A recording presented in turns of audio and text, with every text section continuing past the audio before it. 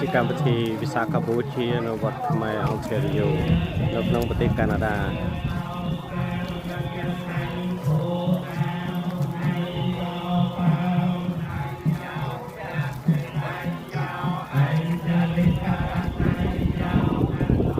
សង្ឃជាច្រើនអង្គបាននិមន្តមកពីជុំ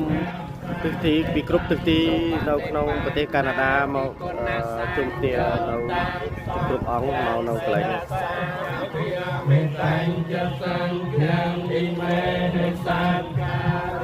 ទេអភិពោជាយានិយោកបកោទិទេពេអង្គកាលង្ការន្តោអធិតុងខរាមលោកហេតាយនិថានមមហាការណិកព្រះពុទ្ធជាទីពឹងជាពំនឹងសពសាស្តាព្រះអង្គកាត់ប្រាថ្នាធ្វើកសាង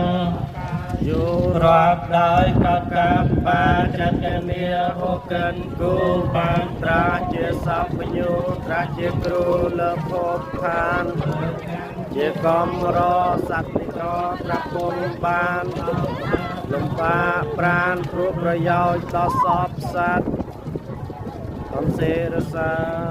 ចិត្តប្រាថ្នាបង្គំស្វាតព្រះពុទ្ធករណាក្សត្រជាទីពឹងគុំផកកា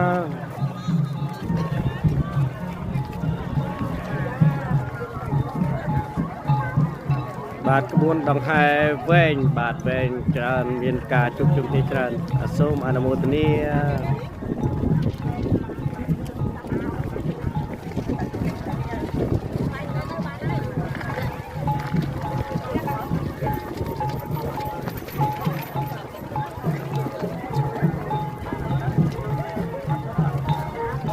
សូមអនុមោទនា